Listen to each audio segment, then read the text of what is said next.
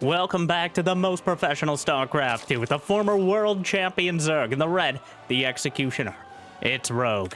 And in the blue, a classic Protoss. A best of 3 Protoss versus Zerg showdown, the new StarCraft 2 balance patch. And whether you'd like to see a Protoss take this war in the stars, or do you prefer it if you see a match where Rogue won, either way, it'd be awesome if you could start things off by smashing that like button. Maybe even subscribing and convincing the algorithm this is where you want to be. And Jimmy, where are we at? What do you mean we can't raise it till next year? I make the rule. 1,499 likes on this video, on this cast, and I'll cast another one, and I'll probably do it anyways. I don't know what else I'd do with my life, but thank you for watching. Hopefully you've had a good day so far, and hopefully it's about to get just a little bit better. Walling off the front, leaving a wide open door for the potential Zerglings here, and a Phoenix from Classic to start things off, always preferring those high-tech strategies, sometimes, many times actually, to his own detriment.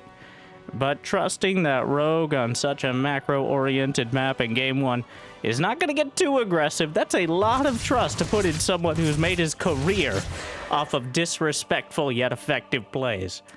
So, Phoenix to start things off. There's the gate to fill in some of the wall off. The Overlord, of course, saw it. Rogue not taking the bait. It's unlikely you're going to be able to get through that easily. Classic, of course. Both these players made a name for themselves while this map was in the pool for the first time half a decade ago, or better known as about a quarter of Clem's life. So they both have some sort of long-term memory, and of course short-term lately, but enough Zerglings are able to slip by and deny the probe. We'll get a wrap around and rip apart an Adept as well, though an Oracle will come out and 2 more Adepts come back to defend, but Rogue just carved out a bunch of extra space for himself. Not going to be able to take out another probe at the 3rd, but these little delays, he needed to make these Zerglings. The beauty of that is he needed to make these Zerglings anyways. You have to make at least 8 to 12 lings, otherwise you're risking the Adepts just getting in and killing all your drones. The Queens might be able to annoy them, but they're still going to kill drones if you don't make the lings. So if you can turn those lings into a delay on their economy, and even take out an Adept or 2 and some energy on the Oracle, well, that's a double win right there. Now, small wins, but they add up. A nice start for Rogue, but Classic not going to be deterred. Twilight and Forge behind. He went with the double Oracle after the Phoenix, which has become the trend, with the energy recharge ability allowing you to build up some extra utility on those oracles. The 3rd oracle of the triumvirate has mostly been put on the back burner for now, as always going with the queen lift. Brenda, you're flying again. Not like this. 5 drones down in the shady bunch into the natural. Rogue should have taken a page out of Classic's book and actually hardwalled off. There's still plenty of Zerglings though. 6 drones. And the Queens are combining with the Lings to get a lot of damage done. A few Adepts will be able to shade away. More drones dead in the main. Lair's about to finish up, but the Adepts jammed into the quarter, and the Queen will be able to get some revenge here. Classic with the most classic strategy. The, kind of the sweep the leg, put the Queen in the air, and then let the Oracles get the rest of the damage done. The thing is, the Spore Crawler is an existential threat. The Spore Crawler doing 20 damage a hit, up from 15 in the last patch, is still something I think Protosses are not really contending with. 5 Gas Geysers on the way, as Rogue has a Hydralisk done in production, and I think he has every intention to use it very early on. Really ramping up that gas income. Classic has comfortably secured his 3rd base. He's got Blink and +1 on the way. The Zergling's going to try to get in, but the Stalker's all jammed in nice and cozy to the pylons, which Classic has constructed an additional amount of.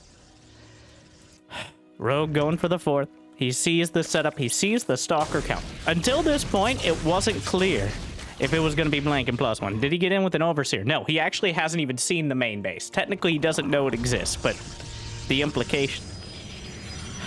Until he saw the Stalkers, this could have been like a rush to carriers. A mothership rush, which is not out of the question nowadays. So, I think the Hydralisk dead and that gas explosion was partially to leave the options open to do that sort of Hydra bust. And now we see plenty of Hydras on the way. They're still a good answer to the Blink Stalkers and the +1, but they're less likely to end the game outright, and that's why we have an infestation pit on the way. As Rogue likely take it up to Hive, but there's always a hint of swarm hosts wafting through the air. Somewhat sickly sweet, I imagine. And now we're going to stop imagining because I'm making myself uncomfortable. Not the first time. Zerglings, the little pylons out in front, making sure it's a little bit harder. Overseer heading in towards the main. We'll get a glimpse of the Templar archives and potentially the fleet beacon as well. The beacon is lit as Classic sprints up the tech tree despite going for the stalkers at the natural. He's mostly focused on carving out some space for the Sky Toss Armada. Oracle taken out of the sky. A little bit lackadaisical micro. And the Hydra slithering off a creep. Without muscular augments, they're going to have a tough time actually chasing down the stalkers, but more than enough Hydras to ward them away for now. +1 or +2 Protoss ground. Blink. +1 air as well as storm on the way. A second Stargate. Everything spotted by the Overseer. Rogue knows. He's got a Lurker Den, a Spire, and a Hive on the way. Not necessarily in that order. The Hive and Lurker Den are going to be done with the Spire following it up. There is still a window here for the Hydras to get damage done. Hydra's not a very capable anti-air option. Better as proto-lurker eggs. But if there's just a couple Tempests on the field and not too many Storms, the Hydras maybe can support. But Rogue ignite, and this is Rogue adapting. When the new patch came out, about a week, not a week, a little over a month ago, still new in terms of StarCraft, all right? We're going to keep using that until everybody's in the know, but which I will determine unilaterally, of course, after you like and subscribe. Where were we? A few Tempests, not enough to ward this away. Tempest good at taking out Lurkers specifically, Vipers as well, wraps around, gets some of the Stalkers, and the Hydras can deny any additional bases. Denying the first 4 bases, the Lurkers might be able to slice into the economy from the low ground. Eventually, Corruptors are going to be necessary, as the Hydras are just too vulnerable to splash damage on the ground. But the Templar are ready. Lurker range is completed. Adrenal Glands is halfway done, and 6 Dropper Lords are on the way. As Rogue's starting to realize that Classic has his defenses ready, and he's going to need to circumvent them. But of all the players to do so. All right, the Tempest. How many Tempest shots? The Lurker also has 10 less HP. I'm not sure that changes the Tempest versus Lurker interaction too much. But there's enough of them already. They build pretty quick. They're only 4 supply now as opposed to 5. So continuing to tread on the roll of the Void Ray a bit. But that means having 5 or 6 more Tempests still frees up supply for some more ground army where it didn't before. And it gives them seemingly more of a role in especially this early, like mid to late game defense, at least until the carriers arrive. But speaking of arrive, Operation Overlord is underway. 6 Overlords full of Adrenalings. They have Adrenal Glands and no other upgrades. +1 melee is on the way. But still, quite a threat. The Zerglings distracting at the 3rd Classic, putting up a mass cannon defense. Really tucked into the corner there. Even some shield batteries. Charge lots will cleave through. But this is a distraction for the real action. Now into the main. As the Zerglings dropping out. Corruptors are on the way. The Forge under attack. The Probes being slaughtered. Going to gut the infrastructure simultaneously while cutting down the center with the Lurkers.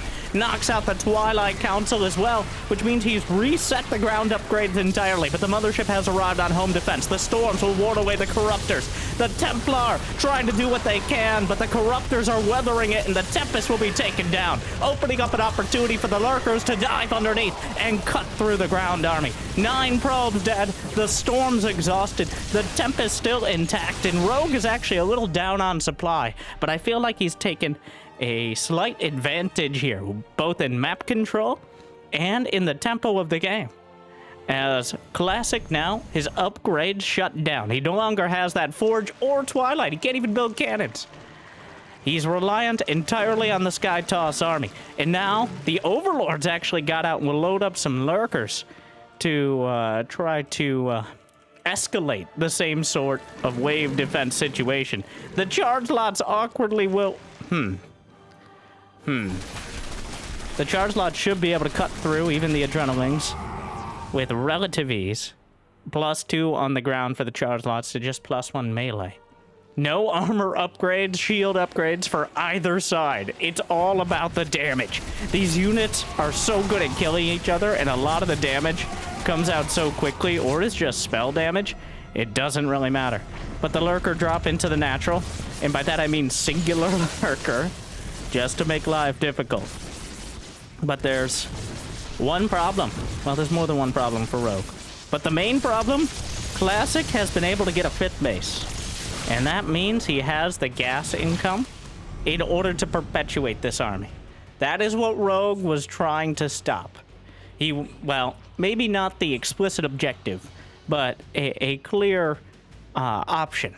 If he denies the 5th base, eventually he can just trade inefficiently yet effectively against the army and whittle it down. But now that Classic has it with a decent probe count, it's going to get a little dicier. Just like those probes. A Nidus Worm in the main drops in the natural as Rogue circumvents the problem right now. He's gonna kill off some of them. Some charge lots got in. There's a Warpism, Time Warp. Of course, you can't abduct motherships anymore, but Parasitic Bomb all over the carriers. He's running out of vision, knocks down a few more carriers. Parasitic Bomb doing pretty much optimum damage. The Nexus dies to the Lurkers, and Escape Nidus is being called in now, and I think he's trying to cover it with the Corruptors. Some of the Lurkers will be taken out, but I think Rogue taking a decent trade here. It could be better, but it certainly could have been worse. Not great, not terrible. Lurkers pop into the Escape Nidus. I don't know, the Overlords just abandoned their post. But he's got another drop loaded up. And the probes down the center vulnerable. Classic dipping to 50 probes and now losing all his mining at the center base. Rogue still somehow managing to keep him on defense despite how tucked in all these bases are. It should be relatively easy to defend all of them, but Rogue is finding the gaps in the armor, which isn't too hard to do considering that no one has armor upgrades except for Rogue with +1 flyer carapace. Actually, that's pretty good against the interceptors, though there will be +3. Classic double upgrading air armor and +3 weapons. Immortals on the ground, chrono boosting across the board. Production empty for Rogue right now. Throwing a Sporcher together. Gonna try to cut through some of these cannons. Hydras and Lings together. So far, all the aggression has been Rogue. He's lost 1,200 more gas and a couple thousand more minerals. But it's been quite cost-effective in the grand scheme of things. This is not the sort... Like, it's Sky Toss with Storm. You're not going to trade cost-effectively. You just, at some point, either you overwhelm it or you don't, as 9 more cannons are in production. An Ultralisk Cavern? Rogue. Speaking of overwhelm, that's certainly one of the options. The Dropper Lords come in for another round. Classic hasn't even rebuilt enough pylons to get unsupply blocked until this moment. And he's just cutting through the main yet again. Hydra's back in. The cannon wall was rebuilt, but the Hydras will tear it down. Mr. Zergachev, tear down this, well, defensive wall. Looks like the carriers got rid of the Lurkers with significant ease.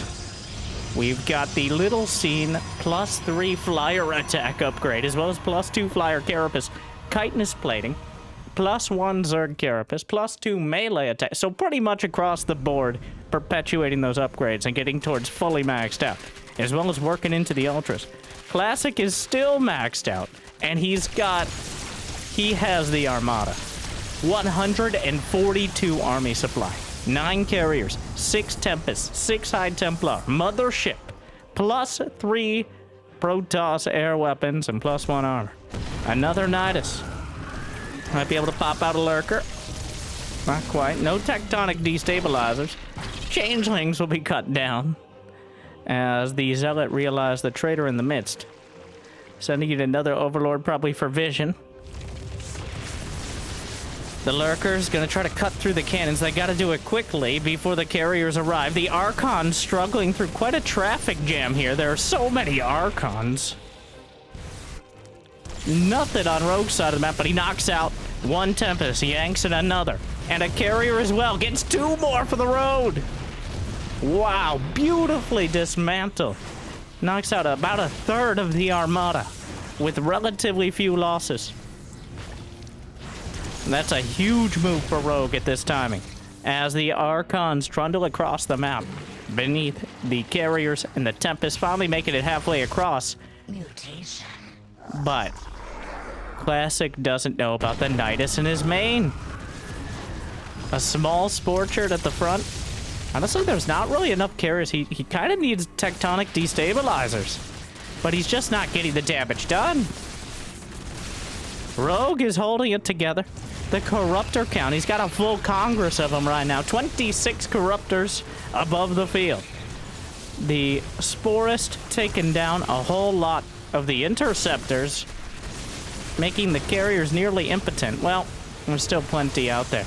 One of Rogue's bases just melted at the northern position. And Rogue doesn't have that much to fall back on. Neither does Classic, of course, as he's losing his entire main. The Fleet Beacon, the Cyber Core, the Templar Archives is about to be vulnerable. 4 more gateways as well. The Zergling should be able to rip them apart. And Classic, he tried to foray out onto the field, but he has to tuck his metaphorical tail and come back home again. Rogue finally making his Spire great again. That Ultralisk Cavern, does he have Ultra Speed? Yes. Ooh, actually took out a hatchery, losing those extra 200 minerals, which means very, very little at this stage. The Templar Archives died. A recall to try to save the base. He did bring an observer with it. Very important. The creep spread is extending. Zerglings down the center yet again. The cannons finally brought down. It's been quite an effort. He's destroyed 16 cannons. There's still 12 on the field. Void Rays in production as the Fleet Beacon was ripped apart by the Zerglings and the Lurkers. Another one on its way. +3 flight. These are going to be fully upgraded Corruptors and potentially Broodlords. Which, now check that one off your bingo. I doubt anyone would pick up a bingo card with that on it. It's so rare. The Nexus taken down by the Zerglings, finishing the work the Lurkers started. There are still Lings burrowed in the main. 8 Infestors on the way. Does he have Neural Parasite? He does not. Is this actually a Microbial Shroud situation? I am like 80% sure Microbial Shroud works on buildings, but not 100%. We see it so little, and I actually forget. There's 13 Archons. They only have +2.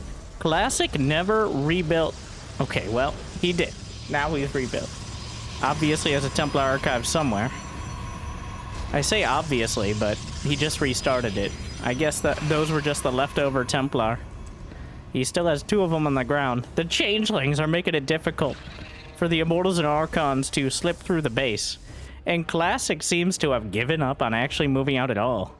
This army, incredibly just take down the rocks. All right? The Changelings might be able to lock in. Oh my god! Stop right there, criminal scum. More Changelings! Rogue, well known for his mass Changeling strategies, but his special Changeling tactics here. Oh my god. That's actually... Oh, sweet Tassadar.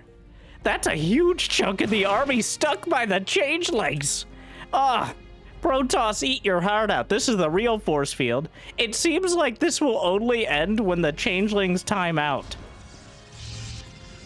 It doesn't affect a huge engagement or anything, but it very well could have. And Classic never noticed. Finally, the Dropper Lords will be taken out. Despite everything, despite all this effort. And more Changelings coming across. Of course, he's got a... Is he really... He's got a dozen Overseers. It's happening again. Thing is, Archons are very well suited for taking out Changelings, because all you have to do is click on one, and their splash damage auto-magically targets the rest. He should know which ones are Changelings, because he literally has no Zealots. So if he sees a Zealot, that's a pretty significant indicator that it might not be above board. But Rogue is moving forward. His spore... a pilgrimage for the spore crawlers as they crawl forward. Revelation. He never got that tectonic. The Brood Lords! 9 of them. But all he has to do is take down the Templar. The Templar are everything. Archons are good, but Storm is pretty necessary. Classic really trying to hold on to this base. Another Nexus in the orange. But the Infestor's out in front. Broodlord's tagged, but the Temp is not quite able to get close enough. +3 air armor and +3 ground weapons about to complete. Same for Rogue, who's going to have 3-3 on the ground. The duel continues. Oh, Fungal? Does he try to follow it up? This forces it back. Active cloaking. But Rogue with Spore Crawlers, of course, has detection.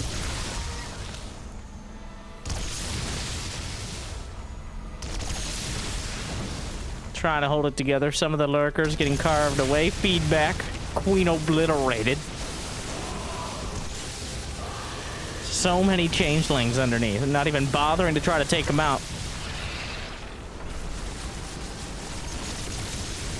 Rogue moving in with the broods again, and the Nexus will fall. There's still minerals. No gas, but there's still minerals and some gas at the natural. Classic never tried to retake it. Parasitic bomb on the mothership. Carriers moving forward. Fungal chain together. Broodlords still intact. And how many Templar are even left? There are 3 Templar. Nearly full energy across the board. All right, so doing okay on that. I'm sure he's been energy recharging as well. Rogue has established the northern bases. He's taken out another Nexus. The Archon count still at 12. And Rogue is out of gas. This is still a very dicey situation. At some point, he has to, well, unless he's able to force an all-out base trade, he has to kill this army. I laugh because it's better than crying. But, that is a fully operation. He's got 7 Tempest, 6 carriers, 12 Archons, 6 near full energy high Templar, a few Oracles and Void Rays, even an Immortal mixed in for extra flavor. Not that the Protoss would know with their severe lack of mouths. Archons recalled back to deal with Zerglings.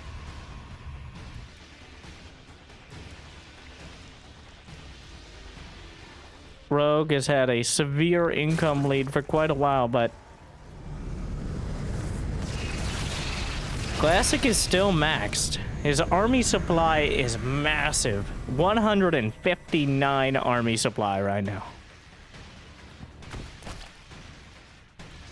He's still got money in the bank. Rogue, for all his effort, and it has been quite an effort across the field, for all this has been a very turtly game out of Classic. It has not been a passive one, as Rogue has put on quite a clinic on the options for trying to dismantle Skytoss. He hasn't accomplished it, but so far I would say that none of his strategies, none of his tactics have been a bad idea. They all could have worked if Classic was just a little slower, a little less efficient. Classic, though, is one of the most experienced Skytoss. No matter what the meta has been, no matter how much we're doing like Blink Stalkers or Charge Lots or Adept All-Ins, Classic has always been a Skytoss player. Notoriously, like a Carrier Rush or using the Mothership even before it got, but like, so now that we've made this strategy, arguably, now that is, what is going on here? He killed his own Nidus to free up space for the hat-trick, which is pretty hardcore. Does he have recharge? He does, if he needs it. There's still a Nexus. There is some value in taking these out. Opens up a, like I mentioned, one of the best options here for Rogue is just an all-out base trade. So he needs to deal with the High Templar. I do want to point out, no Baneling nest. He never even thought about the Banelings. Templar storming itself, another hardcore move. But the shield battery allows him to survive. Lurkers dunk down. Another Nidus Ultras! Popping, how did they even fit in there? Let's not think about the logistics too hard. You'd be surprised what they can fit in that Nidus. Check out my Dronely fans for more info. Like and subscribe. Classic again. Purifying. Another few hatcheries. The Lurker's still moving forward, though. He's really forcing the issue. Actually, Classic recalls kind of some of the key components of the army. There's still a couple dozen cannons and batteries out there. Scattered throughout. 40 probes versus 48 drones. 3 Ultralisks on the way. That's going to bring him 6 Ultras. He's going to try to cleave the Templar and kill them before the storms wipe out the Corruptors. Or just go for an all-out base trade. I mean, por qué no los dos? Why not both? Well, the Templar taken out. The fleet beacon vulnerable yet again.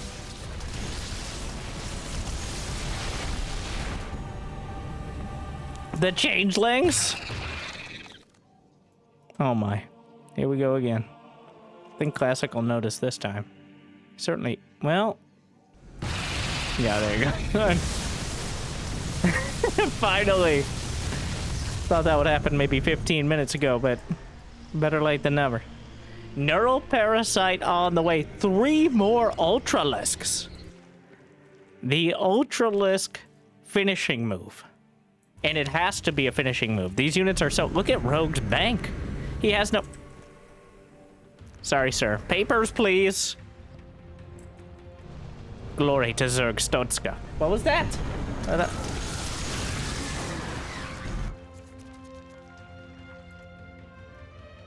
Another Nidus taken down. Yeah.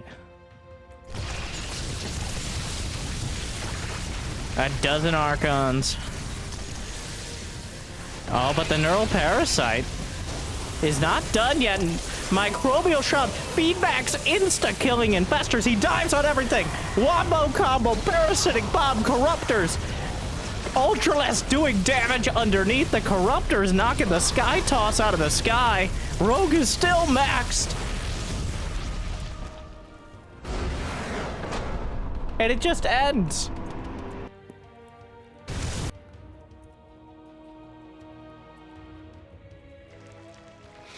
Okay, one more time from the Rogue cam. How does this go from 200? The Ultras. Switch the Ultras. Okay, Infestors coming in. The Infestors didn't do much at all. Microbial Shroud, somewhat helpful.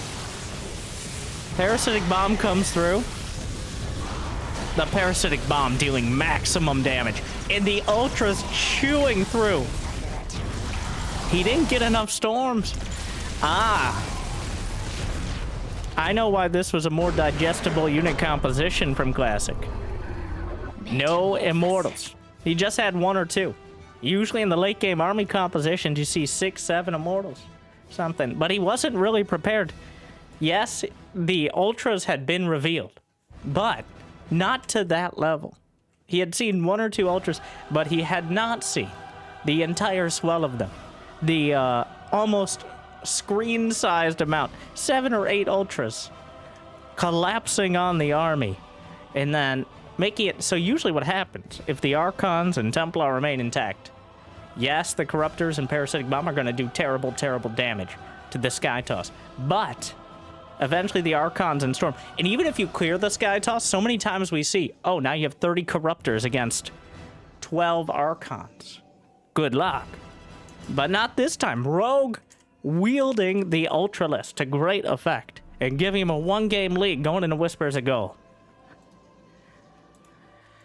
An interesting exchange for sure. It really did feel... Now, what's very interesting is how close Rogue was to disaster that whole time. Alright, I know I sympathize with the Zerg. I find fighting Skytoss with Zerg to be an exercise in mental fortitude. Let alone winning. Just mentally maintaining an even keel is hard enough. But I digress. The fact that Rogue was constantly fighting with under 1,000 gas, that means he slightly loses a fight, and it's probably the game. Classic? Well, obviously, if he loses a fight, he loses the game, but he got so comprehensively destroyed. Like, absolutely annihilated. Both in the ground and in the air. On the ground, in the air. Whichever one sounds more clever, but wow. And I think it was very necessary to go back and take a look at exactly. But it's the Immortals. Alright, without Immortals, a lot easier to die. All puns intended. It did feel like Rogue was in the driver's seat the whole time, but very much those sort of games are the ones you can end up crashing into a wall. If you're not careful. And all the little attacks, all the little, like, if he hadn't dismantled the main, if he hadn't continually forced recalls, then Classic doesn't put himself in this awkward position because he doesn't have the obligation. Like, he doesn't feel like he needs to base trade because he still has a whole base to fall back to. But Rogue just constantly chipping away, both mentally and physically. It really feels like Rogue won that game mentally before he won it on the field. We'll see if Classic can turn it around in game 2, but this map is even less suited. Well, Abyssal Reef is probably one of the best Turtle Skytoss maps out there, so you're not going to get much better than that. Whispers of Gold, though, wide open. Not too many bases. Mostly even field. It is unlikely Classic will be able to maintain such a defensive posture as he did in the previous match. We'll see, though.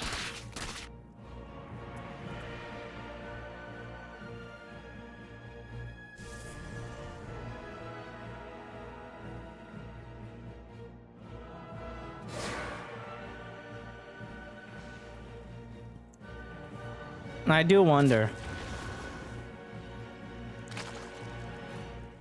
if there's a better way.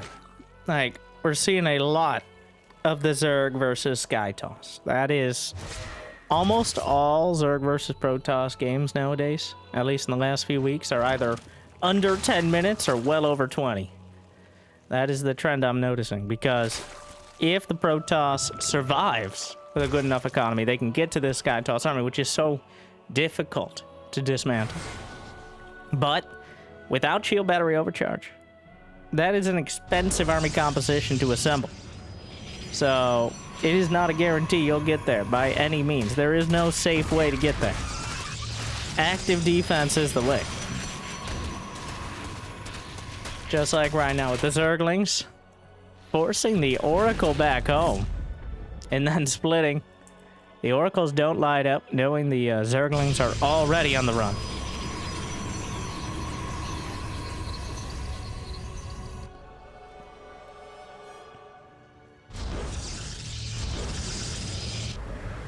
Rogue makes Ultralisk look good.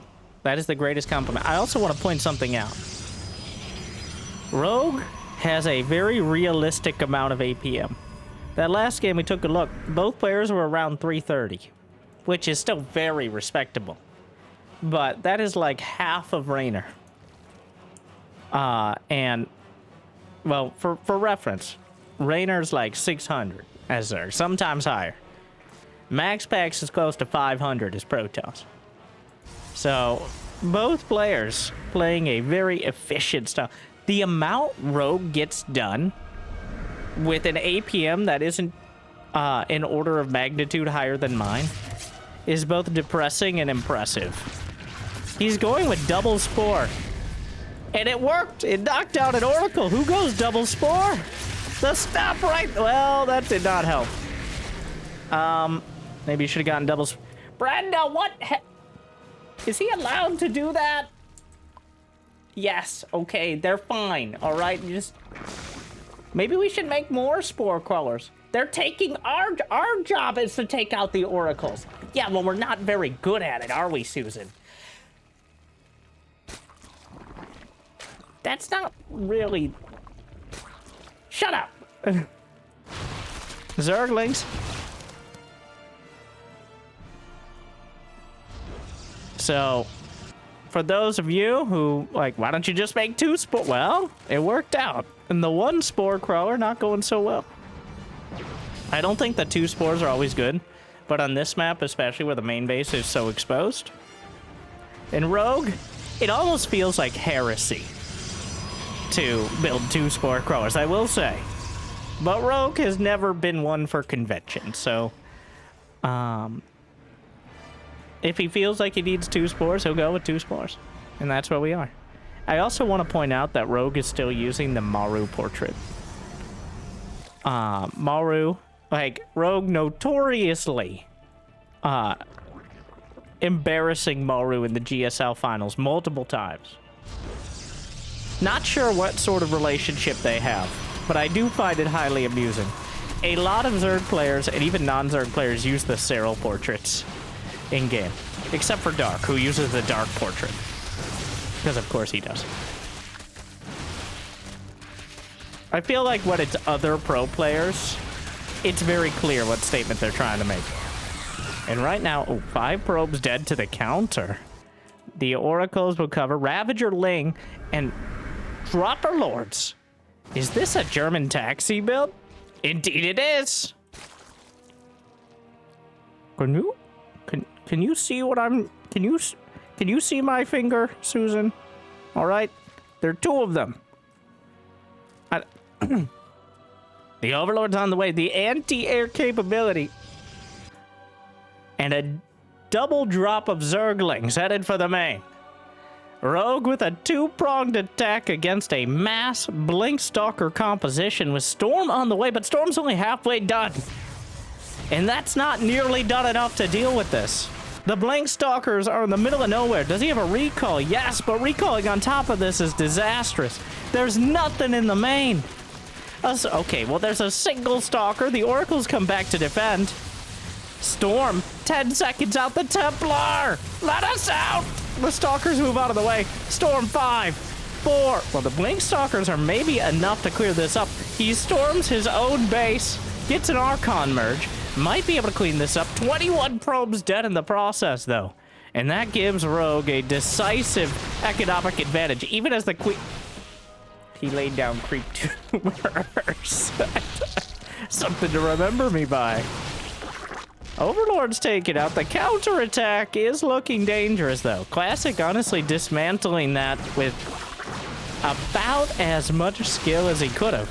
Losing a few extra probes, maybe, but he gets Storm done. He maintains his cool. He deals with the double drop and the roaches on the field, but Rogue still has the level of production he needs to perpetuate this attack. The roaches and Lings still coming forward.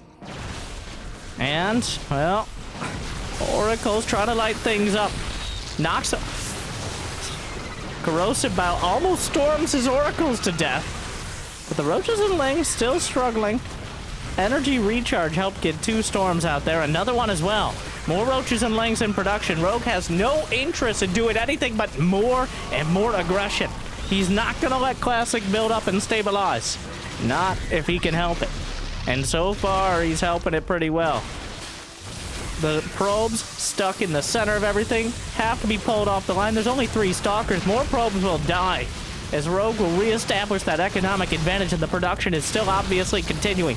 The Oracle's low on energy. Energy recharge still 40 seconds out. 30 or so. Oracle will light up to try to help out, but a dozen probes are dead, and Classic may soon follow. 50 supply gap plus 2 melee done, and Rogue's production remains untouched. More Ravagers on the way. The Stalker's already badly bruised and will be finished off.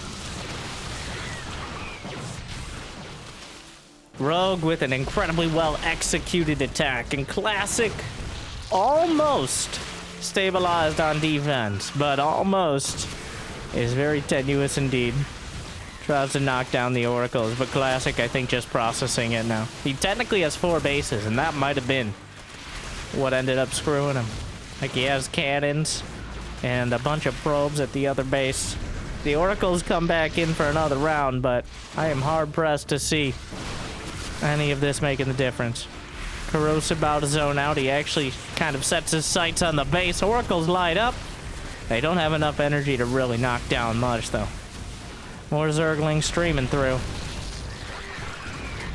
And Classic will be knocked out 2-0. As Rogue takes one drawn-out epic siege, and then he sweeps him away in game 2, bringing us to our bonus game. Dark versus Rogue. That was his prize for beating Classic here in the Korean StarCraft League. By the way, thank you to the KSL for continuing to put on matches. If you got the means and motivation, be awesome. Check them out. Link in the description. Link in the description, Jim. It's not that hard.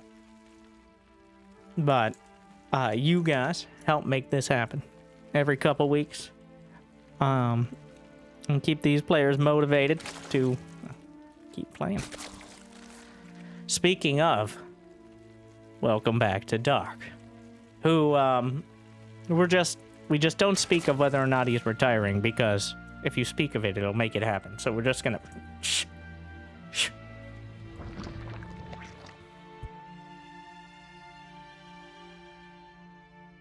But our anti-spoiler bonus series here, you may have already figured out that this series is probably not as comprehensive as the previous one, but that doesn't mean less entertaining. Just means less ads to run if we ran it individually, so we pad it out a bit. Like and subscribe. ZVZ has taken quite a turn with the new patch. The relatively small but important changes, like the queen costing a little bit more, hatcheries costing a bit less, spore crawlers. Actually, the spore crawler nerf in ZVZ has shown a resurgence of mutas, because the spore crawler having 100 less HP makes it a lot easier for the mutas to take out. It still does the same damage against them. So mutas, at least against Zerg, are kind of back in. Still not the staple, but definitely making things more entertaining, like they have a tendency to do, which is why it's so unfortunate that they get shredded like a already pre-shredded paper bag in the other matchups. I just remember Cyril against Spirit at Home Story Cup, where he built every single Zerg unit, not even like an accidental, like actual swarm house in the series, except for mutas. He built swarm house. He built Ultralisks. He built Broodlords. But not a single muta. Which is a tragedy, in my opinion. But third base is on the way. True mirror matchup so far. Devil is always in the details, though. Baneling Nest for Dark.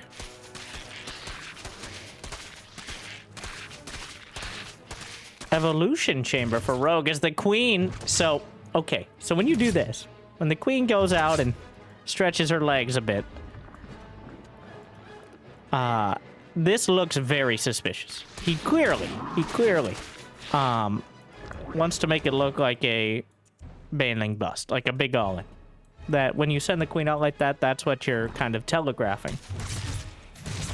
So Dark is probably going to feel quite confident in his Baneling Nest timing. The Zerglings will scout it. But Rogue is actually going +1 Carapace, and now this will be spotted. But the +1 Carapace is also an odd choice, because +1 Carapace allows your Zerglings, well, one, it affects both Zerglings and Roaches. Affects all Zerg units on the ground. But also it allows your Zerglings to survive a Baneling hit. With like 1 HP, but still. That is a very, very key thing in these sort of early game Ling Bane battles. But of course, It takes quite a while to complete and will not be done for this initial wave. There is a Roach Warren on the way for Rogue. But again, it will not be complete for this initial wave. The Queens are in position to block out. Dark giving some respect here, knowing that the Queens will be in position and not going to waste the Zerglings on it. Banelings coming in. The Queens have to box out. He has to target the Banes. He gets one. With the other Queen taken out. Gonna try to just sacrifice. More Banes rolling through. Roach is popping out now. Have the Queens given their lives in vain. Another Bane targeted. More Banes coming in. Drones have to be pulled. Good target fire, but he boxes out for the second Bane. Oh, but loses a little track of it. And a hectic brawl. The knife fight in a phone booth will continue. This is more like a wrestling match right now, but Rogue maintains a 2-drone lead. And he's got Roaches and +1 Carapace about to complete. So definitely not a terrible position to be in. Dark is droning up behind. And he actually, he canceled +1 ranged attack in favor of +1 melee. Which is kind of crazy, especially now that he's building Roaches himself. But the +1 melee will counteract with Banelings, the +1 Carapace. Also, it allows Zerglings to be quite effective against Roaches. Though, in Roach versus Roach, usually the +1 ranged attack is by far the preferred option. So, because the +1 ranged attack makes it take less hits to kill a Roach than the Carapace protects against it. Because armor upgrades only scale one at a time. They're not percentage-based. Whereas weapon upgrades are percentage-based. Like a siege tank gets more benefit from a weapon upgrade, as does a Roach, than a Marine or a Baneling. It's based on the amount of damage that each hit does. So, that is why attack upgrades are so regular. I probably should have explained this. Now, you made it to the ZVZ match. You get the real knowledge here. This is for the real enthusiasts. Thank you for being here. Hope your day is even better than I mentioned before. But that is why attack upgrades are almost always preferred by pro players of every race. Because the armor just doesn't scale as well, and it doesn't work against spellcasting. It's good to have, but attack and that damage is everything. And armor is just nice, if you can get it. There are some minor exceptions, like...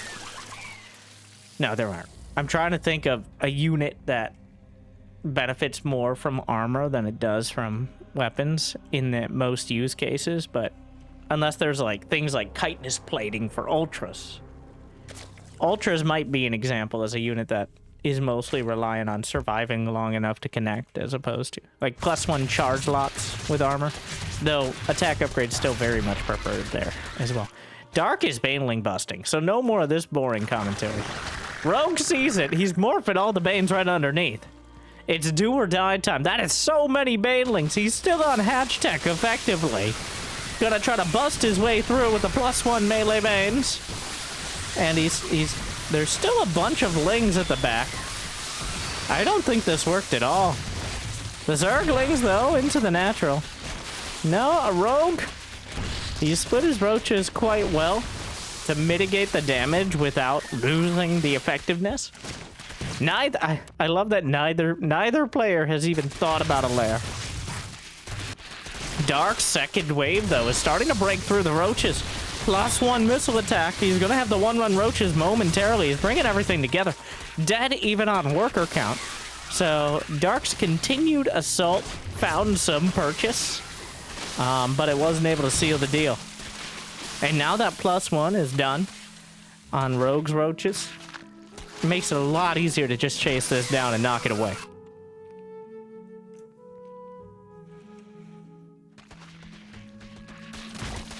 Dark. Ooh, some Zerglings getting caught in the center. And this is a sort of momentum shift that is very hard to turn around. Now Rogue has a critical mass of Roaches with better upgrades. He didn't have that before. And there's not much Dark can do with the same economy and worse upgrades on the same units. The only thing he has are Banelings, but he already kind of shot his baneling load, if you would, on the other side, and that was a costly endeavor. Able to cut off some of the roaches, which is a nice pick off here. The Ravagers are coming down, but that just might be an extra offering. Well, Zerglings. A few Banes on the way. Could be very helpful at dealing with the mass Zergling, but they're not going to be quite done. Rogue has the supply advantage and might be able to knock down some of these Overlords. Clips one. Banelings completed. And another wave. Trying to move forward. Banelings boxing out some of the Zerglings, but most of them exhausted. The +1 melee allows them to break through. Rogue trying to land the corrosive bows, but Dark sidestepping away. The Roach Ravager still exchanging fire. Another wave of biles. And Dark just doesn't have the upgrades to complete. The drones have to come off the line, but the critical mass is broken. 7 drones. He cannot afford those losses. That's going to be too much. Rogue wards off the attack waves and will take game number 1. Well defended with a solid counterattack. ZVZ, a fickle creature. Honestly, Dark doing a lot better with that Baneling attack than I thought he would. I really thought it would kind of just fall completely flat. But instead, it just came up a little short. And we go, oh my. That's 12 pull. That's not just a 12 pull, it's a 12-12. He's got gas and a pull. I don't know if the Overlords take longer on the... So, a key part, the first Overlord isn't going to scout the Zerglings getting out of the base. Here on El Dorado. You just don't have that vision. On most maps, the Overlord, you can still evade it with an early enough pull, but it's not nearly as reliable. There's literally no way for the Overlord to be in position with this pathing. No matter what, he will not see the Zerglings, unless Rogue mined out these mineral walls and try to come through that way, which has not happened, obviously. So what is he doing? Rush to speed? Yes.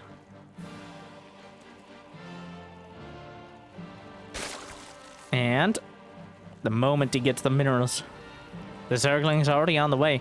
Dark, on the other hand, going for quite a greedy hatch pool with about as many drones as you can put in between it. Intentionally evading the Overlords. He saw the first one. I don't know if he saw the second that was angling to look for exactly this. And if Rogue had sent his Zerglings on the quickest path, they may have gone by the vision of this Ovi. So, entirely reliant on full deception here. Oh no, Rogue, Dark is making more drones.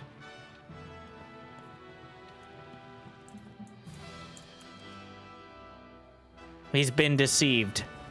The crazy thing is Rogue has an expansion and he sent some drones out to pretend like he's mining from it. And then he cancels a queen. Oh, okay. Dark has no... Oh my god, he's been fully bamboozled. This is the most... Oh, he's super... Wow. Rogue has completely and utterly fooled Dark. Speed is almost done. There's literally no Zerglings. The first queen will be ripped apart, and Zergling speed is already complete. Trying to drag everything out of position. The creep works both ways. Creep's creep. It doesn't discriminate. 5 drones already dead. He needs to win off of this, though. He only has 10 drones back at home. He fully committed to this attack. 9 drones dead, but so far, Dark unable to actually break through. Or, I mean, Rogue unable to actually break through. More Zerglings on the way, but he gets the wrap around. The queen is dead, with no queens left to mourn it. The Zerglings are overrunning, and Dark simply did not see it coming. He was in the dark about it. And Rogue, with the shiv, finishes him off to claim the best of 3 in decisive fashion. A solid defense and a solid, incredibly well executed and map dependent cheese. And that one you can probably take to the ladder to play the other 4 Zerg players that are left. But Rogue showing that he's still got it, even in the impending 2025 and on the new balance patch. And I hope you enjoyed as much as I did. And I hope it made your day a little bit better. Make sure to check out the Korean StarCraft 2 League description below. And if you got the means of motivation, be awesome to check out Patreon or YouTube membership. But I hear liking and subscribing is still free, at least for now. So thank you for watching. I'll see you next time. Good luck, have fun. Stay chill.